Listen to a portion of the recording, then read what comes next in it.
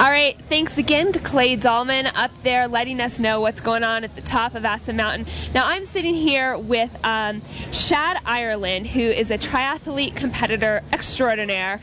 And Shad, thanks so much for coming to visit Plum. Thank you for having me here. Now, triathlons are hard, and an Ironman triathlon is like triple, quadruple hard, right? But why are these events maybe a little more challenging and perhaps a little more meaningful for you? Well, I've been on kidney dialysis for 27 years. I was the first dialysis patient to ever compete in and complete an Ironman. And for your viewers that don't know what an Ironman is, it consists of a 2.4-mile swim, 112-mile bike ride, followed by a 26.2-mile run. Wow, that is not for the faint of heart. So, you know, it's not every day that someone who has lost their kidneys thinks, oh, I'm going to go compete in a triathlon. What was different in your mind? Like, what do you think occurred inside you that made you want to do something like that and then follow through on it?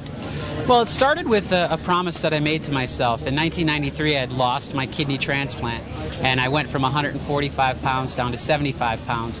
I was in and out of a coma for 6 weeks, and I found myself, given 6 months to live, laying on my mother's couch watching this amazing event called the Ironman World Championships. Okay. And it was the year that the two women collapsed at the finish line, and I found something in that as you know, she crawled 100 yards, won the world championship. I wanted to know what it was inside of her that drove her. Mm-hmm. And I made a promise to myself that afternoon that would be me one day, running with the best athletes in the world. And fast forward a decade later, I began to train for my first Ironman. Oh my gosh, that is just so amazing. I know that this year you completed something called the Lifetime Series. Can you tell us about that? It was 5 Olympic distance triathlons, literally back to back, and you've got all the top triathletes in the world that will compete in this series. You know, and to me, I wanted to challenge myself. I did Minneapolis, New York, Chicago, LA, and then Dallas being the crown jewel of the series, and finished all of them, and myself and a blind gentleman became the first athletes to ever be, well, we're the first physically challenged athletes to finish the series. So wow, yeah. That 5 back-to-back Ironman triathlons. No, not Ironman. I'm sorry, Olympic distance. Olympic distance, okay. A little bit shorter than the Ironman. What's the difference? The Olympic distance is a 1-mile swim, okay, a 25-mile bike ride, and then a 6.2-mile run. So. Oh, well, that's nothing. Wow, that's just so great.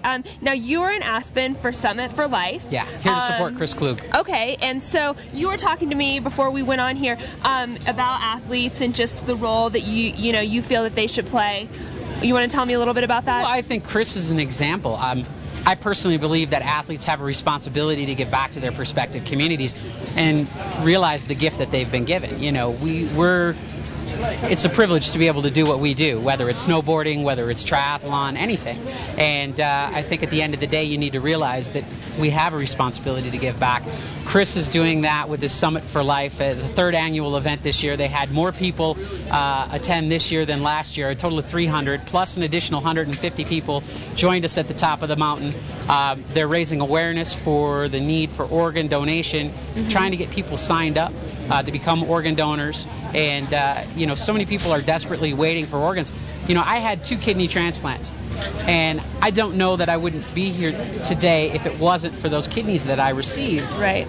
Because somebody became a donor, somebody cared, and that organ donation can save somebody's life, and it's a great way for anybody to give back. So. You know, absolutely. I actually interviewed Chris last week, and I did the Summit for Life last night, which was good for you. You know, amazing, and it was a slow trek, but I got up there, and it is people and athletes like you guys who have accomplished your dreams in the face of these severe adversities, and it's so inspirational. We can all definitely learn from. Well, I'll tell you, learn from you guys. I believe an individual inspired can accomplish anything, mm-hmm, and that we have the opportunity to inspire others by doing what inspires us. So that's how I live my life. Absolutely. And you visit patients on dialysis. What do you tell them? What do you say to inspire them?